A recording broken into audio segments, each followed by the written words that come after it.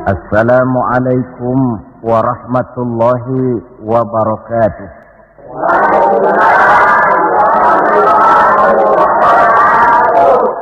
Alhamdulillah, alhamdulillahilladzi asra bi'abdihi laylan minal masjidil haram ilal masjidil aqsa.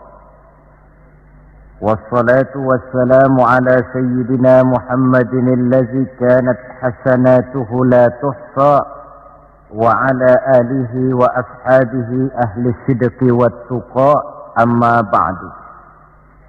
Saudara-saudara hadirin yang berbahagia, manusia ini hidup dalam 3 dimensi waktu: masa lalu, masa sekarang, dan masa yang akan datang. Masa lalu katanya adalah kenangan, masa sekarang adalah kenyataan, dan masa yang akan datang adalah harapan, impian, khayalan, atau cita-cita. Orang yang baik sesungguhnya adalah orang yang pandai mengambil pelajaran dari masa lalu untuk dapat menentukan sikap pada hari ini dan sekaligus merencanakan hari yang akan datang. Sehingga hari ini harus lebih baik daripada kemarin, dan besok harus lebih baik daripada hari sekarang ini.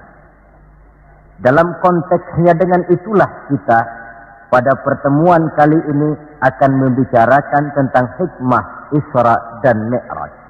Satu peristiwa masa lampau yang tetap tidak kehilangan relevansinya untuk kita jadikan pelajaran bagi kita yang hidup di penghujung abad ke-20 ini. Kalau kita perhatikan, hampir setiap bulan dalam Islam ini mempunyai nilai-nilai sejarah. Kalau kita bicara Muharram misalnya, kita diingatkan dengan peristiwa hijrah. Kita bicara Ramadan, diingatkan dengan peristiwa nuzulul Quran. Kita bicara bulan Zulhijjah, diingatkan dengan peristiwa kurban. Kita bicara bulan Syawal, diingatkan dengan Idul Fitri. Kita bicara bulan Rabiul Awal, diingatkan dengan Maulid Nabi. Dan kalau kita bicara bulan Rajab, kita diingatkan kepada peristiwa Isra dan Mi'raj. Sebagai yang kita maklum, Quran itu memang bukan kitab sejarah. Tetapi Al-Quran banyak menceritakan peristiwa-peristiwa bersejarah. Dan kalau kita perhatikan, gaya bahasa yang digunakan oleh Al-Quran dalam menceritakan peristiwa-peristiwa bersejarah itu berbeda satu dengan lainnya. Istimewa sekali bahwa untuk menceritakan peristiwa Isra dan Mi'raj, Allah memulai ayatnya dengan menggunakan kalimat tasbih.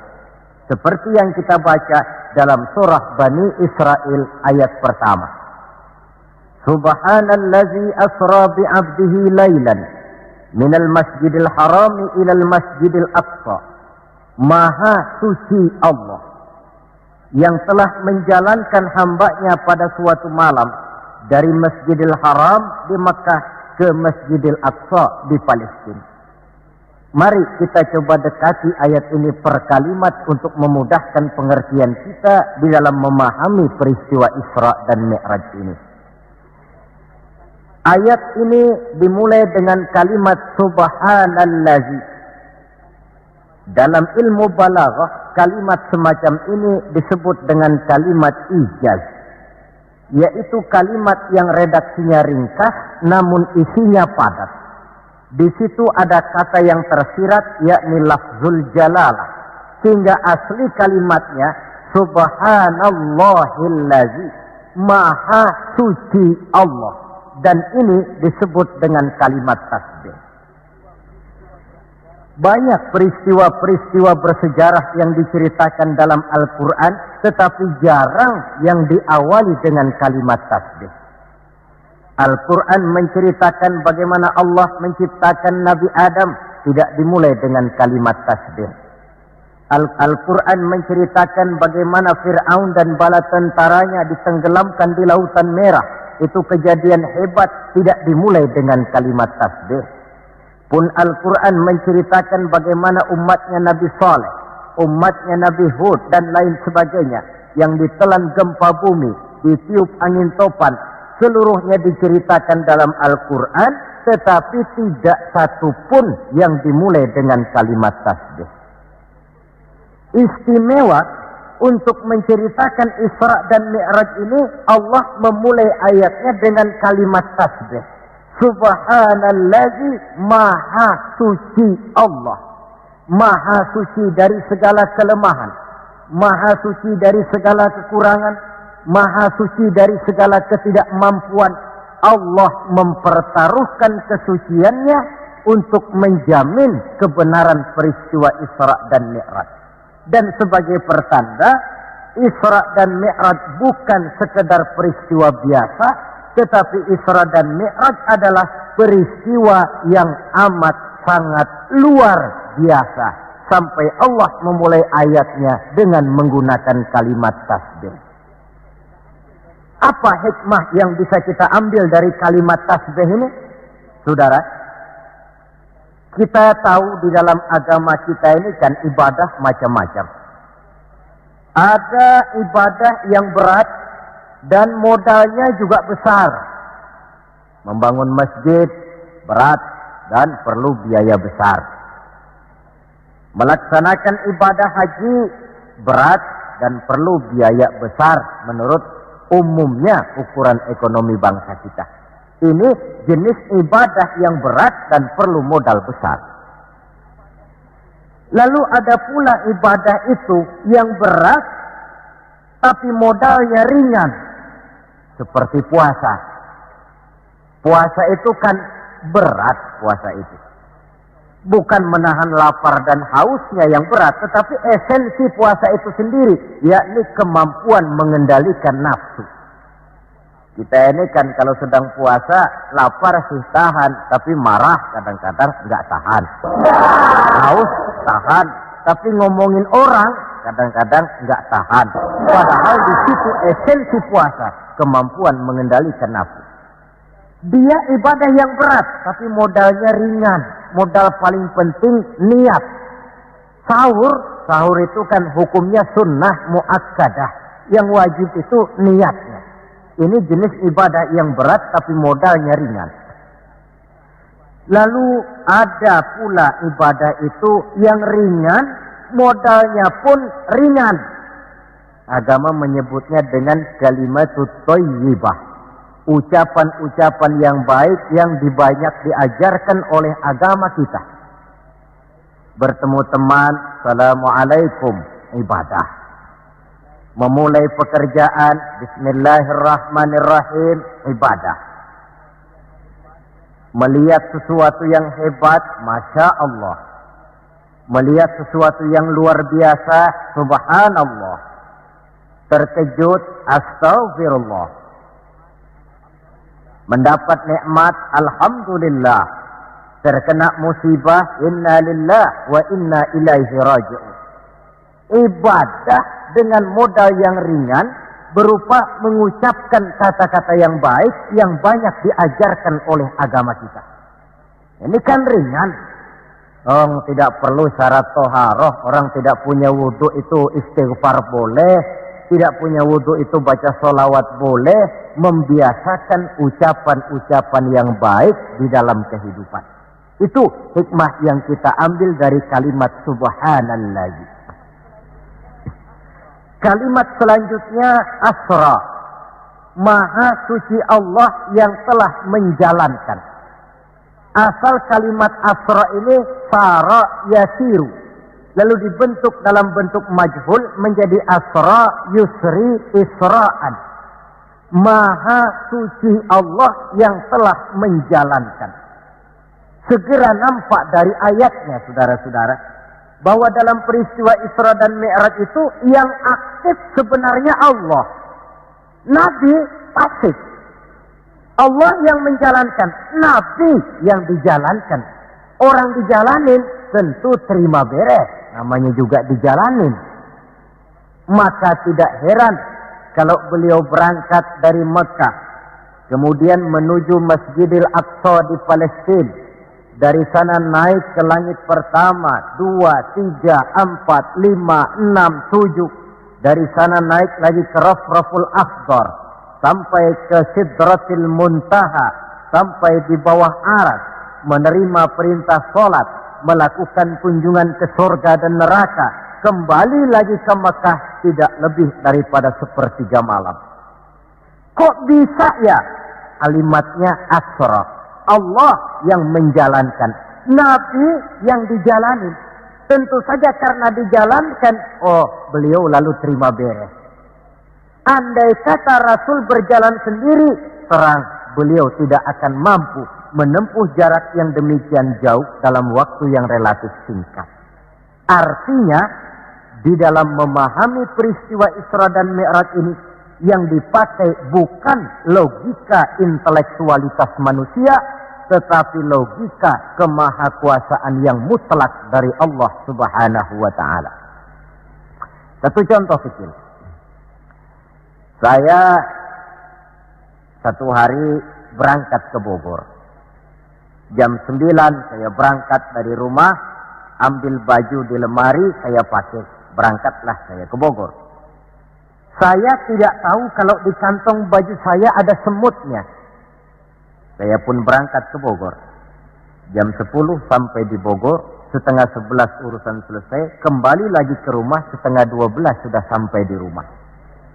Baju saya buka, saya gantung kembali di lemari, semutnya keluar dari kantong, cerita sama teman-temannya. Saudara-saudara bangsa semut, percayalah saya baru saja pulang dari Bogor. Kata temannya, jam berapa kau berangkat? Tadi jam 9. Lalu 11:30 sudah sampai lagi di sini. Iya. Temannya yang berpikir menurut logika semut, mana mungkin percaya. Tentu akan berkata, bagaimana mungkin mut? Badanmu begitu kecil, jalanmu begitu lambat, masa ke Bayoran Bogor jam 9 berangkat, 11:30 sudah pulang lagi? Temannya tidak tahu, semut bukan jalan sendiri, tapi nyempeng di kantong saya. Dahulunya Abu Jahal, Abu Lahab, dan Abu lainnya, itu mikirnya pakai logika manusia. Ya jelas toh, peristiwa ini tidak akan bisa dicernakkan oleh logika. Karena itu kalau sedikit orang mau merenungi ayatnya, tidak terlalu sulit memahami Isra dan Mi'raj. Dia kehendak Allah, bukan kehendaknya Rasulullah Sallallahu Alaihi Wasallam. Ini kalimat Asra. Kemudian kalimat bi'abdihi, Maha suci Allah yang telah menjalankan hambanya. Kenapa kok Allah memakai kalimat tidak langsung? Kan lebih enak saja kalau Allah bilang misalnya, Subhanallazi asra bi Muhammad, Maha suci Allah yang telah menjalankan Muhammad. Begitu saja, kenapa sih? Kenapa harus pakai bi'abdihi, Maha suci Allah yang telah menjalankan hambanya? Pakai kata-kata hamba. Apa maksudnya? Nah, di dalam kalimat hamba ada dua data. Data pertama, kalimat hamba di sini menjelaskan bahwa Nabi Muhammad itu Isra dan Mi'raj dengan roh dan dengan jasad sekaligus. Sebab apa? Orang hanya dipanggil hamba kalau punya roh dan punya jasad. Jasad tanpa roh namanya mayit. Roh tanpa jasad gentayangan, mungkin namanya pocong. Orang dipanggil hamba tentunya lengkap jasad dan roh sekaligus. Karena itu kalimat bi'abdihi sudah merupakan jawaban Isra Mi'raj terjadi dengan jasad dan dengan roh. Itu data pertama. Data yang kedua, kalimat bi'abdihi ini menjelaskan bahwa Nabi Muhammad itu oleh Allah benar-benar telah diakui sebagai hambanya. Maka lalu dipanggil hamba dalam ayat ini. Saudara mungkin lalu bertanya, Kalau cuma sekedar urusan itu, apa kita ini bukan hamba Allah? Ya tentu, kita ini hamba Allah. Kata siapa? Kata kita. Kalau kata kita, namanya mengaku. Orang mengaku tentu boleh-boleh saja, namanya ngaku. Cuma diakui atau tidak, ini yang jadi masalah.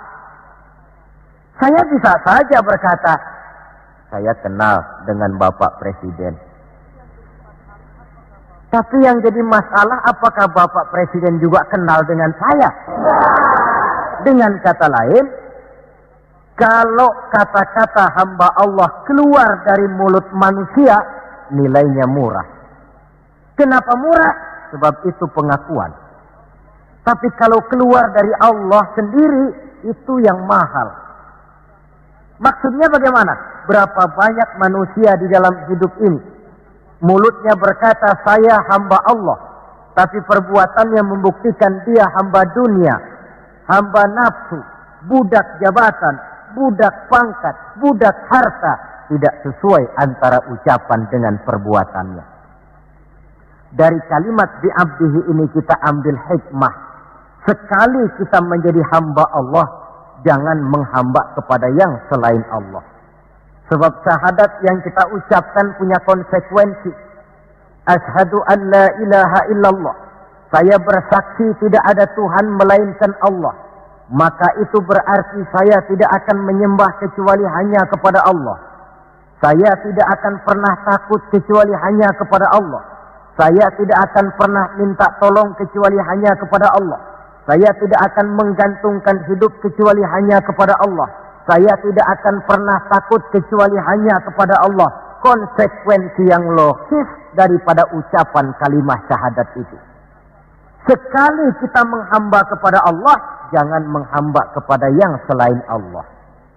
Adapun Nabi sebelum dipanggil bi'abdihi dalam ayat ini, kita baca dari sejarah, tahun-tahun sebelum beliau dipanggil dengan kalimat bi'abdihi, tahun kelabu, amul huzni dalam sejarah itu, tahun duka cita. Beliau ditinggal oleh paman tercinta Abu Thalib. Setelah paman tercinta meninggal, istri tercinta pun wafat, Khadijah. Wafat kedua pelindung ini, makin meningkat gangguan kafir Quraisy. Dihina, dicemoohkan, dicaci maki, dilontari dengan kotoran unta, bahkan akan diancam untuk dibunuh. Lulus menghadapi semua itu, Allah panggil beliau bi'abdihi. Seolah-olah Allah mengatakan, Muhammad itu betul-betul hambaku. Tidak bergeser nilai kehambaannya apapun yang menimpa dia. Saudara hadirin yang saya hormati, ini kalimat bi'abdihi.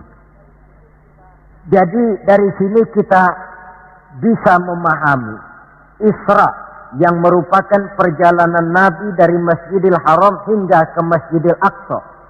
Dan Mi'raj yang naiknya Nabi dari Masjidil Aqsa menghadap Allah semata-mata merupakan peristiwa yang terjadi menurut apa maunya Allah. Nah, kemudian apa tujuan daripada Isra dan Mi'raj itu? Hakikatnya cuma Allah yang tahu tentu. Namun kalau kita lihat di penghujung ayatnya, kita akan menemukan kalimat linuriyahu min ayatina. Keseluruhan perjalanan yang ajaib itu, sejak berangkat sampai kembali, tujuannya linuriyahu min ayatina. Untuk kami perlihatkan kepada Nabi Muhammad itu sebagian kecil daripada tanda-tanda kebesaran kami. Untuk disampaikan kepada umatnya dan kemudian menjadi pelajaran di dalam mengarungi kehidupan. Seluruh perjalanan yang dilihat oleh Nabi, seluruh pemandangan yang ditemui di dalam perjalanan, itu merupakan sebagian kecil dari tanda-tanda kebesaran Allah. Dan itu merupakan tampil, contoh pelajaran buat kita yang hidup di zaman sekarang ini. Misalnya, di dalam perjalanan Rasul melihat ada orang mencakar-cakar mukanya dengan kukunya sendiri.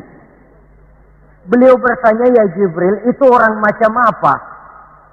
Jibril yang waktu itu bertindak sebagai bodyguard menjelaskan, Muhammad, itulah contoh daripada umatmu, orang-orang yang suka memburuk-burukan saudaranya sendiri.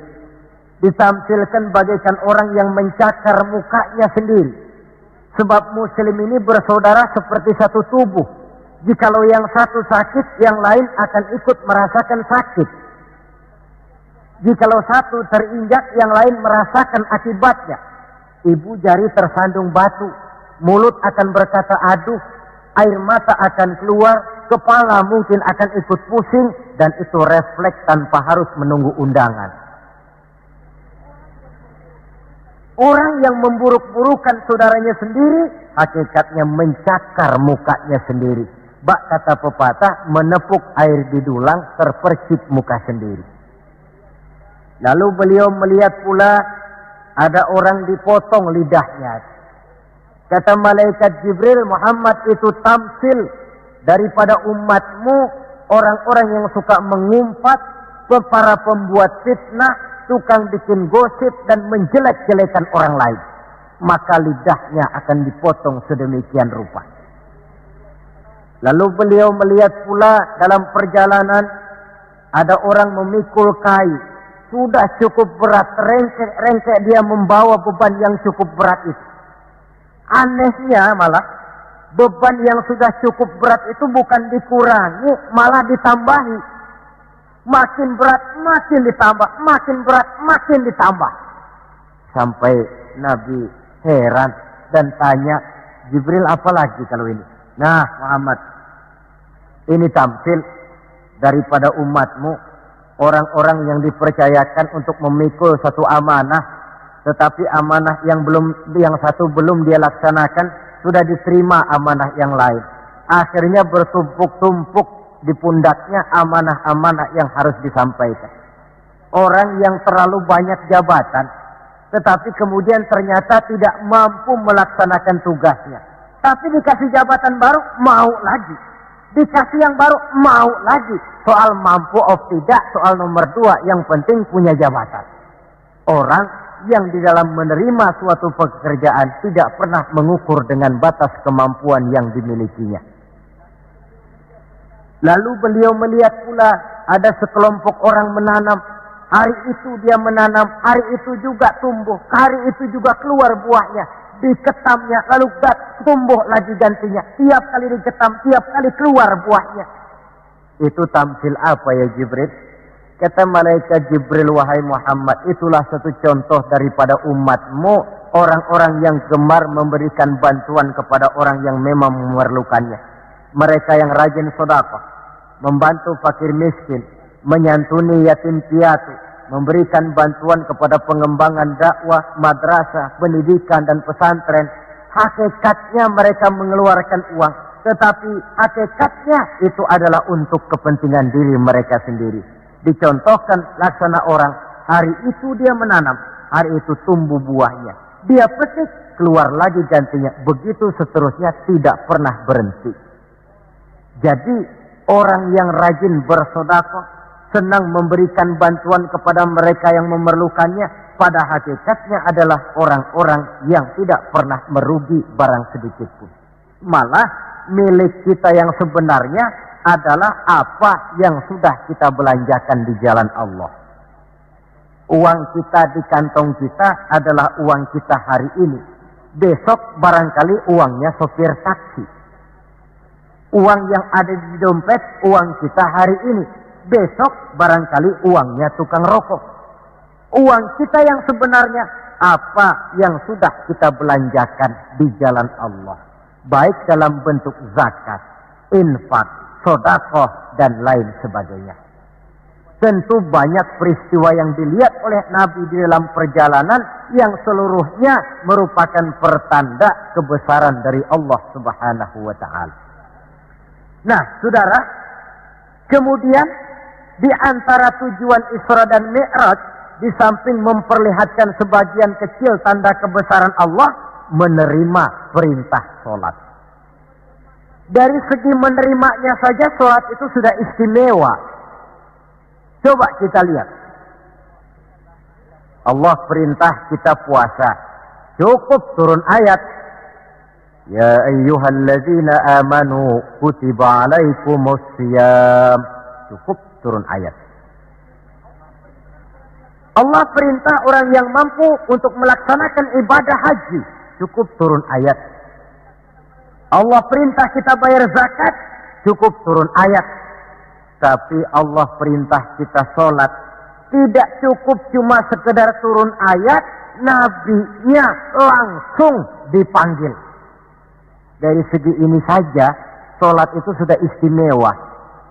Benar kalau Nabi menyatakan, innama masalus sholati fid din kama salir ra'si fil jasad. Kedudukan sholat dalam agama sama dengan kedudukan kepala dalam anggota badan manusia. Kita yakin manusia tidak punya sebelah tangan, mungkin masih bisa hidup. Manusia tidak punya sebelah kaki, barangkali masih bisa hidup. Manusia tidak punya sebelah telinga, masih bisa hidup. Tapi kalau manusia sudah tidak punya kepala, umpama hidup juga, itu barangkali tulen turunannya kuntilanak. Begitulah kita lihat kedudukan sholat ini di dalam agama.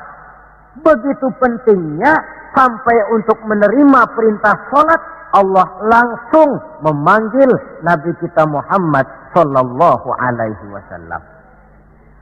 Saudara hadirin yang saya hormati, apa sih sebenarnya perlunya kita sholat itu? Tidak untuk menggembirakan Allah. Se-ASEAN orang tidak ada yang sholat, Allah tidak akan pensiun. Jangan lagi kita berpikir, barangkali kalau kita di Jakarta ini tidak sholat, Allah rugi. Tidak.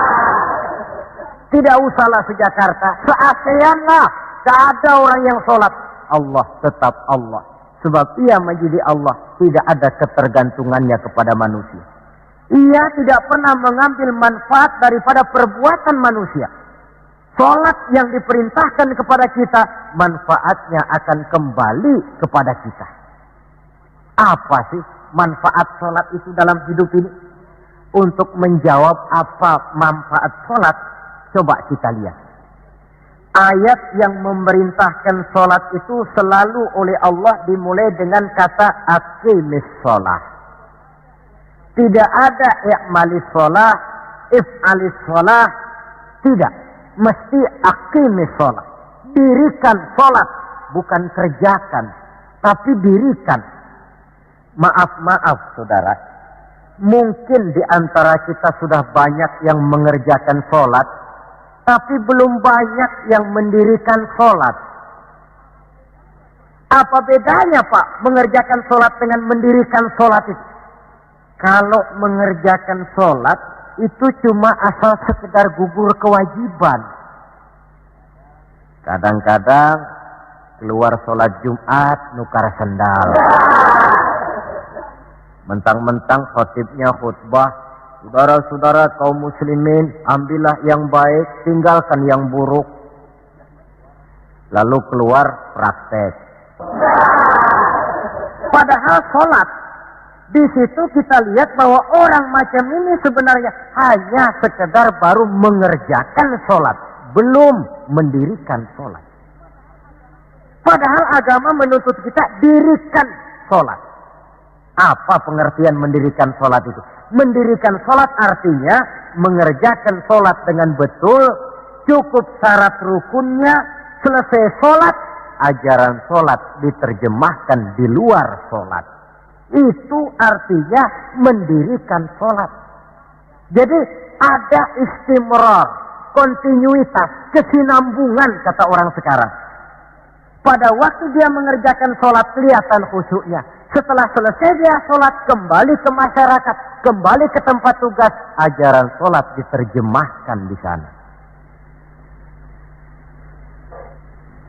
Nah, saudara hadirin, apa ajaran sholat yang harus kita terjemahkan dalam hidup, yang artinya ini merupakan manfaat daripada sholat? Pertama, Sholat mengajarkan kita satu sifat yang disebut rendah hati. At-tawadhu. Rendah hati bagaimana? Anggota badan kita yang paling kita hormatikan kepala.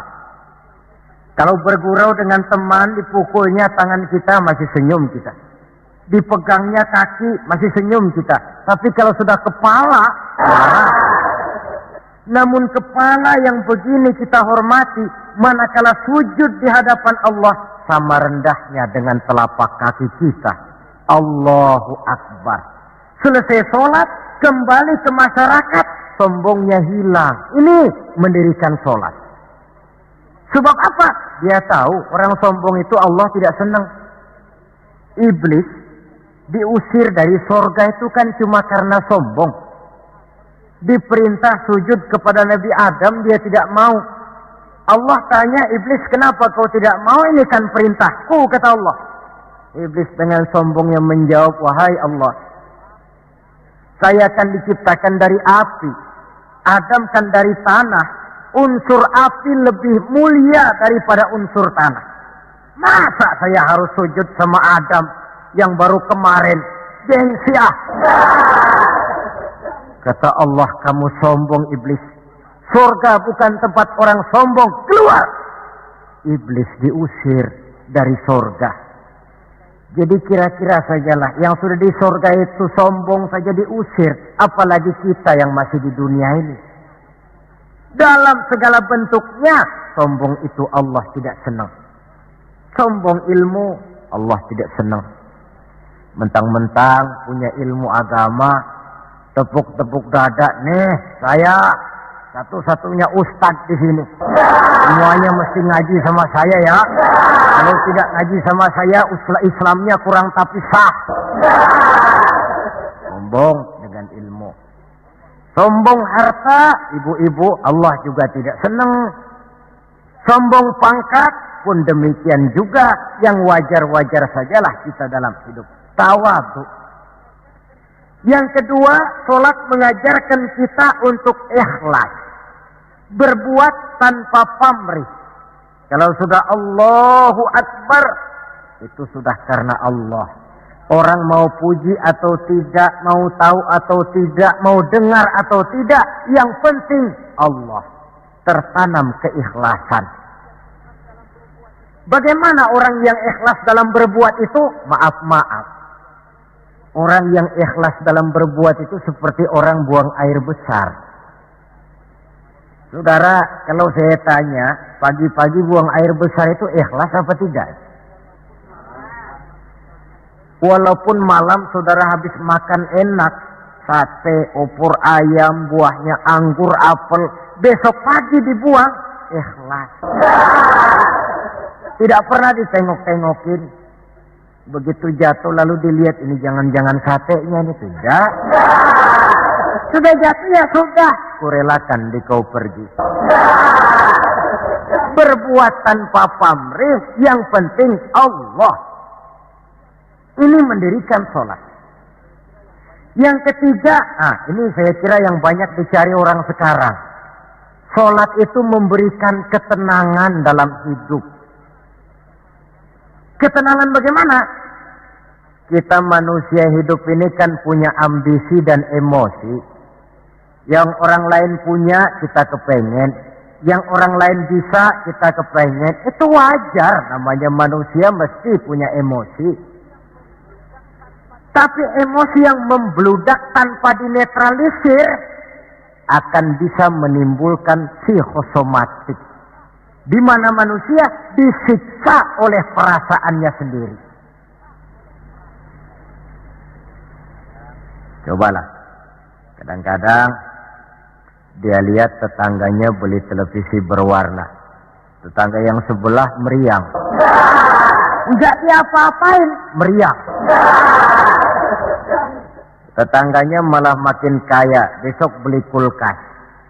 Wah, dia makin gawat, opnam, masuk rumah sakit. Di rumah sakit dapat kabar tetangganya beli mobil, wah mati dia. Disiksa oleh perasaannya sendiri. Orang yang sholat lain. Jam 11 siang lihat tetangga bawa TV berwarna baru. Temperatur naik, panas, wajar. Datang waktu zuhur, kutub-kutub badan yang panas karena lihat tetangga bawa TV baru, didinginkan oleh air wudhu. Begitu terkena air wudhu, temperatur turun, adem. Selesai wudhu, menghadap ke arah kiblat, usolli fardhu zuhri, Allahu Akbar, Allah yang maha besar. Temperatur makin turun ke titik nol, titik netral. Sebab apa? Dia sudah berhadapan dengan zat yang maha besar. Allahu Akbar, yang besar cuma Engkau ya Allah. Televisi tetangga saya mah kecil. Itu sebabnya Nabi pernah mengisyaratkan tanda orang bahagia itu dalam urusan dunia dia lihat ke bawah. Tapi dalam urusan akhirat, dalam urusan agama, dia melihat ke atas. Kalau dia punya mobil, dia berkata, Alhamdulillah kita ini punya mobil, tetangga sebelah cuma punya motor. Kata yang punya motor, Alhamdulillah punya motor, tetangga sebelah cuma sepeda aja kemana-mana. Kata yang punya sepeda, Alhamdulillah punya sepeda, tetangga sebelah kemana-mana jalan kaki terus. Kata yang jalan kaki, Alhamdulillah masih bisa jalan. Tetangga sebelah lumpuh bertahun-tahun gak kemana-mana. Kata yang lumpuh, Alhamdulillah masih hidup. Tetangga sebelah kemarin out gak balik lagi. Timbul rasa syukur. Lalu dalam urusan akhirat, agama melihat ke atas. Kalau dia bisa jaga sholat yang 5 waktu, kenapa saya tidak? Kalau dia bisa baca Quran, kenapa saya tidak? Kalau dia walaupun hidup sederhana berani membantu pembangunan masjid, musola, madrasah, kenapa saya yang lebih kaya tidak? Timbul keinginan untuk mencontoh. Mencontoh orang dalam ibadah menimbulkan kepuasan batin. Sebaliknya, mencontoh orang dalam urusan harta menimbulkan rasa penasaran, hasud, dengki, tidak senang melihat orang lain mendapat nikmat, dan paling akhir disiksa oleh perasaannya sendiri. Ketenangan dalam hidup, ketenangan dalam rumah tangga tercipta karena sholat. Cobalah, kalau seorang istri, suami ahli sholat, istrinya sholat, jam 4 bangun, dibangunkan istrinya, Bu, mari sudah menjelang subuh, ayolah kita ambil air wudhu berangkat. Selesai dia ambil air wudhu, dia sunnah qobliyahnya 2 rakaat. Kalau dekat ke musola masjid, jamaah ke musola masjid. Kalau jauh, jamaah di rumah. Nikmat rumah tangga muslim itu. Si suami jadi imam, istri jadi makmum. Suami takbir, istri takbir. Suami ruku, istri ruku. Suami sujud, istri sujud. Selesai sholat, Assalamualaikum warahmatullah. Assalamualaikum warahmatullah. Si istri mencium tangan suaminya, Bang, kalau tadi siang banyak dosa saya, maafkan Bang. Nikmat rumah tangga muslim tercipta karena sholat. Suatu hari bertengkar, jang ceng cong hang heng hong, ribut suami. Datang waktu zuhur, kata suaminya, Bu, waktu zuhur sudah datang. Pertempuran kita hentikan sebentar. Gencatan senjata mulai. Ayo kita sholat. Ayo kau jadi imam lah. Suami jadi imam, istri jadi makmum. Biar monyong-monyong dikit, sholat.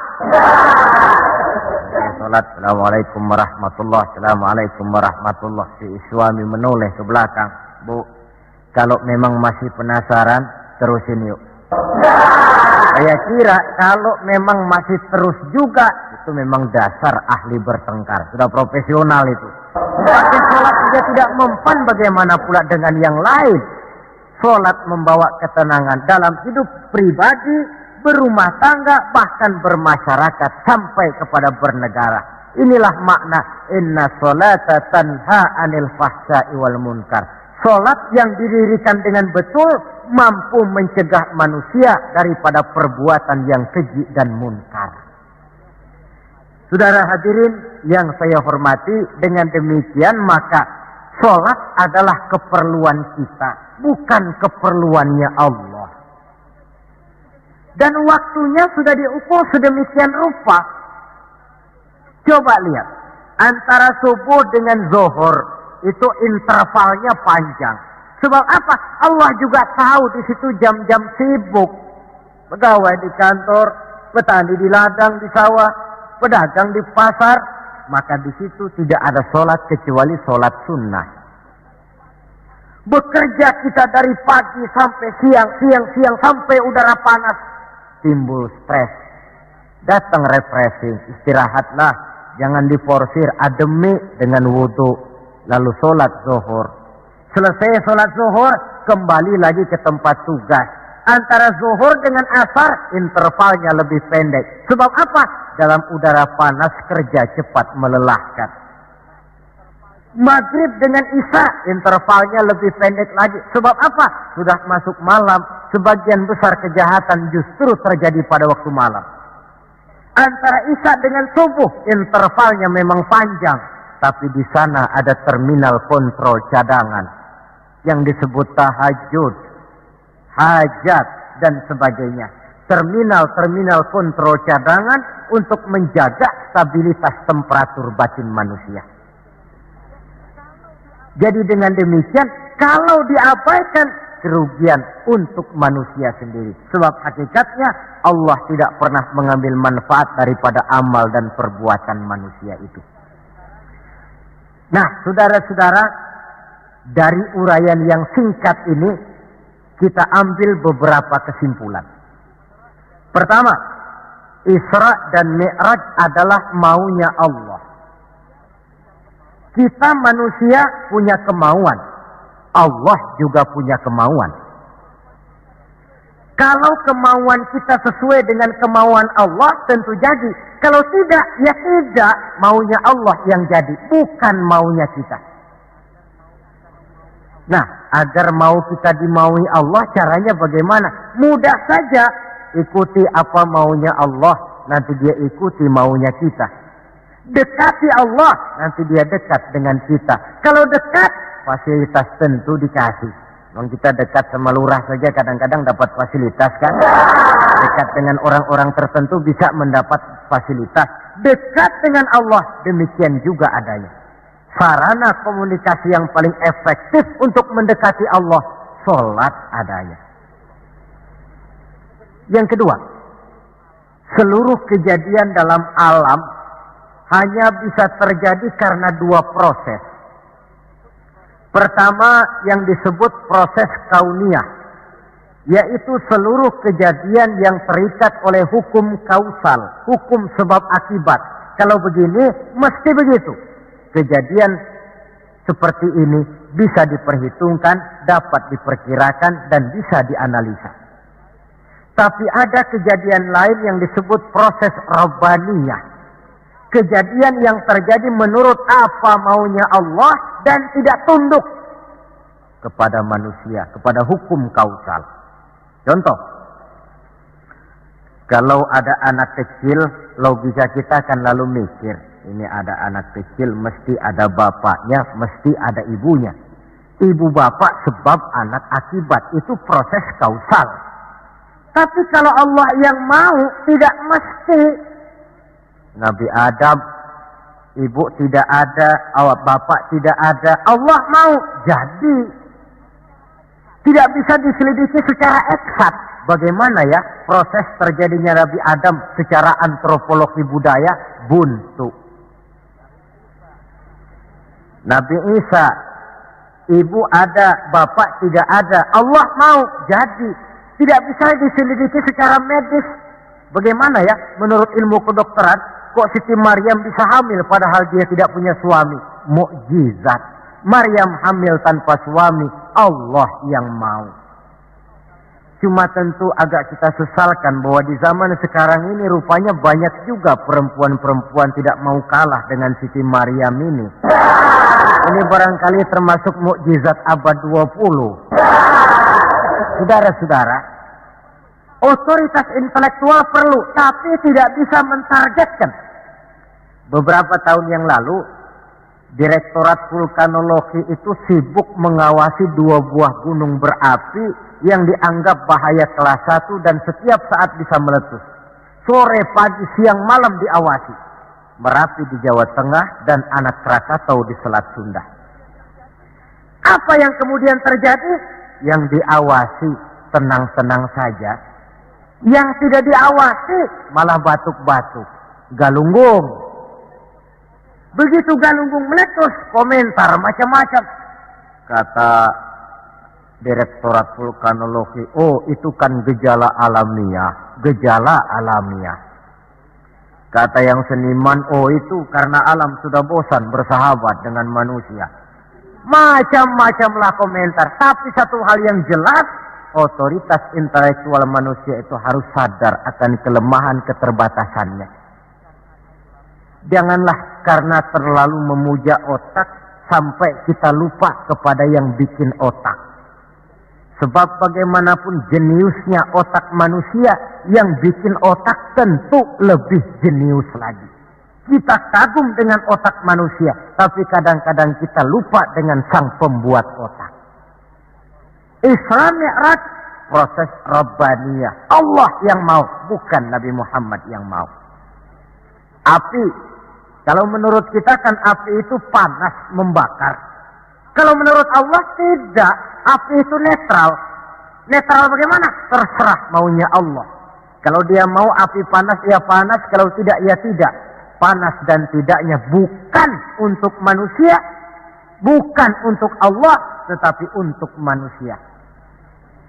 Maka Nabi Ibrahim pada waktu oleh Raja Namrus dilempar ke kobaran api yang menggunung, seujung rambut pun dia tidak terbakar. Sebab apa? Ketika dia hampir jatuh ke dalam api, Allah berkata kepada api, ya naru kuni bardan wa salaman ala Ibrahim. Hai api, dirilah kamu, selamatkan Ibrahim. Api tunduk kepada maunya Allah, seujung rambut pun Nabi Ibrahim tidak terbakar, malah kedinginan di tengah kobaran api. Kasus macam ini tidak bisa diselidiki secara eksakt. Bagaimana kok Nabi Ibrahim itu enggak kebakaran di dalam api? Oh, barangkali baca ayat itu tuh yang tadi itu. Saudara boleh coba. Bacalah, ya narukuni bardan wa salaman alayya. Masuk saudara ke dalam api, insya Allah mateng. Kalau potongan kita, sebab yang kita mau itu belum tentu Allah mau. Kalau yang kita mau Allah mau, tentu jadi. Kalau tidak, tidak. Isra Mi'raj sekali lagi, peristiwa Rabbaniyah dan bukan peristiwa kauniyah. Logika di dalam memahaminya bukan logika intelektual, tetapi logika kemahakuasaan yang mutlak dari Allah Subhanahu wa ta'ala. Yang ketiga, marilah kita berusaha agar setiap gerak hidup dalam dunia ini bernilai ibadah. Sekurang-kurangnya berupa ucapan-ucapan yang baik. Bukankah yang namanya ibadah itu ya sholat ibadah, puasa ibadah, zakat ibadah, haji ibadah. Tapi tidak terbatas kepada hanya sekedar itu. Membangun rumah sakit, membangun sekolah, membangun panti asuhan yatim piatu, itu keseluruhannya merupakan ibadah. Sekurang-kurangnya ibadah dalam bentuk ucapan-ucapan yang baik, yang menyenangkan orang dan berpahala kita mengucapkannya. Ini tidak terlalu sulit dan bisa kita praktekkan di dalam kehidupan sehari-hari. Begitu pentingnya soal ucapan, sampai dalam satu ayat Allah menjelaskan, wa qaulun ma'rufun khairun min shadaqatin yatba'uha adza. Ucapan yang baik itu lebih disukai Allah daripada sedekah tapi menyakitkan hati orang yang menerimanya. Sedekah itu pahalanya besar tentu, tapi kalau menyakitkan hati orang yang menerima, lebih baik ngomong yang enak-enak sajalah. Termasuk ini kalimatut thayyibah, ucapan yang baik. Yang keempat, marilah kita menjaga stabilitas kita sebagai hamba Allah. Miskin hamba Allah. Jadi orang kaya tetap hamba Allah. Orang biasa hamba Allah. punya pangkat, jabatan, kedudukan, tetap hamba Allah. Dalam keadaan bagaimanapun posisi kita, nilai kehambaan jangan bergeser adanya. Yang kelima, Isra Mi'raj sesungguhnya merupakan batu ujian.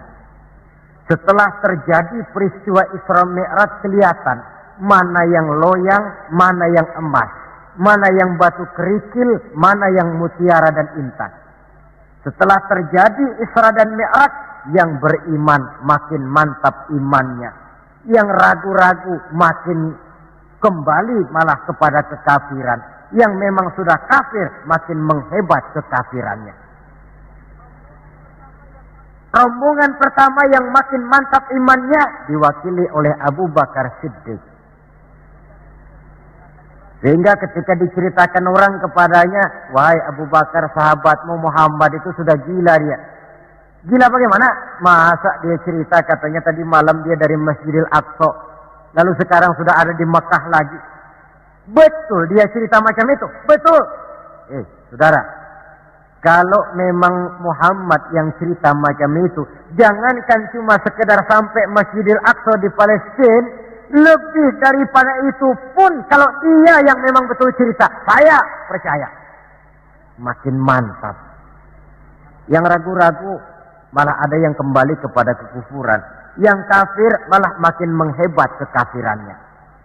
Maka Isra Mi'raj merupakan ujian bagi umat untuk menyaring, merupakan filter mana umat Nabi yang benar-benar yakin dengan iman, dan mana yang setengah-setengah, dan mana yang murtad, kemudian mana yang ingkar dan kafir. Oleh karena itu, hakikatnya kejadian apapun yang kita alami dalam hidup, hendaklah berlaku seperti Nabi Sulaiman alaihi salam. Diberikan beliau kekuasaan, diberikan pengetahuan, diberikan harta yang banyak.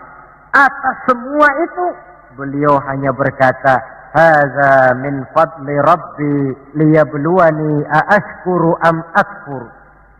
Semua ini, kekuasaanku, hartaku, ilmu pengetahuan yang diberikan kepadaku, ini cuma sekedar karunia untuk menguji diriku, adakah aku bersyukur karenanya atau malah aku menjadi ingkar karenanya. Maka bersyukurlah kita yang hidup di satu zaman yang jauh dari zamannya Rasulullah. Kita belum pernah berjumpa dengan beliau, belum pernah mendengar suara beliau, tidak melihat gerak langkah di perjalanan beliau. Entah kita beriman dengan peristiwa Isra dan Mi'raj ini. Jauh lebih beruntung daripada orang-orang yang langsung ditongkrongi Nabi. Mereka melihat wajah Nabi, mendengar Nabi membaca wahyu, melihat mukjizat, tetapi mereka tidak juga mau beriman. Nilai-nilai iman ini kalau tidak kita pelihara dan kita syukuri, akan bisa bergeser, ditelan oleh segala macam godaan dan cobaan yang kita hadapi di dalam perjalanan hidup ini. Saudara-saudara hadirin yang saya hormati, dengan begitu maka Isra dan Mi'raj dengan segala kejadian yang ada di dalamnya, sekali lagi merupakan bukti kemahakuasaan yang mutlak dari Allah dan kelemahan serta keterbatasan dari kemampuan yang dimiliki oleh manusia. Membicarakan Isra dan Mi'raj artinya bercermin di dalam perjalanan yang luar biasa itu. Bercermin apa? Bahwa pengetahuan manusia, taruhlah dia sudah melanglang buana ke ruang angkasa, tapi masih terbatas kepada alam yang fisika, dan itu pun sedikit sekali. Belum dia menyeberang ke alam metafisika. Kekayaannya, apalah artinya kekayaan manusia ini? Jabatan barangkali, kita semua sadar bahwa pangkat yang paling tinggi sebenarnya kan pensiun. Titel yang paling akhir tidak lain adalah almarhum. Setiap kita akan berjalan ke arah itu, sehingga tidak terkena apa yang diingatkan Allah. Kalla innal insana la yatgha ar-ra'ahu istaghna. Manusia itu mudah lupa diri manakala melihat dia sedikit mampu, kaya, berkuasa, pandai, mudah lupa diri. Cobalah lihat Berapa banyak orang-orang yang tadinya sudah adil, berjuang menegakkan keadilan, namun di tengah jalan dia bisa berbalik meluncur menjadi orang yang justru menginjak-injak keadilan itu sendiri. Berapa banyak orang-orang yang tadinya sudah benar, berjuang menegakkan kebenaran, atau sekurang-kurangnya berniat untuk membela kebenaran, tapi di tengah jalan dia bisa berbalik menjadi orang yang justru hanya mau benar sendirian, walaupun tidak benar bagi orang lain. Wa idza massal insana durru da'ana li janbihi aw qa'idan aw qa'ima falamma kashafna anhu durrahu marra ka'an lam yad'una ila durrin massahu. Kalau manusia ditimpa kesulitan, dia bermohon kepada Allah supaya dihilangkan kesulitan, baik pada waktu berdiri, sambil berbaring, sambil tidur. Manakala kesulitan sudah dihilangkan, marra ka'an lam yad'una ila durrin massahu, dia pun berjalan dengan sombongnya, seolah-olah belum pernah minta tolong kepada Allah. Ini kecenderungan manusia. Itulah sebabnya yang terakhir sekali dari pembicaraan kita kali ini, puncak kebahagiaan seorang muslim tidak lain adalah bertemu Allah. Bagaimanapun nikmatnya masuk surga, kalau diukur dengan bertemu Allah, masih jauh lebih nikmat bertemu Allah. Nabi di puncak perjalanan Mi'raj bertemu Allah. Tapi pertemuan itu diawali dengan berbagai macam cobaan, ujian, fitnahan, sampai kepada ancaman akan dibunuh. Paling akhir beliau mendapat perkenan bertemu Allah. Puncak kebahagiaan hidup yang belum pernah diberikan kepada seorang pun manusia, baik sebelum atau sesudah beliau. Jadi begitulah seperti pepatah bilang, habis gelap mesti terbit terang. Inna ma'al usri yusra. Di balik segala kesulitan itu, insya Allah akan menunggu kemudahan. Kesulitan adalah bagian daripada hidup. Bukan untuk ditakuti, tetapi untuk dicarikan jalan keluar bagaimana pemecahannya. Saudara, inilah pembicaraan kita pada pertemuan ini. Walaupun selintas, mudah-mudahan bisa memberikan gambaran tentang Isra dan Mi'raj yang pada gilirannya akan memperkuat nilai-nilai keimanan kita dalam rangka melaksanakan apa yang diperintah Allah dan menjauhi apa yang dilarangnya. Terima kasih banyak atas perhatian saudara. Mohon maaf atas segala kekurangan. Usikum wa iyaya bitaqwallah. Wassalamualaikum warahmatullahi wabarakatuh.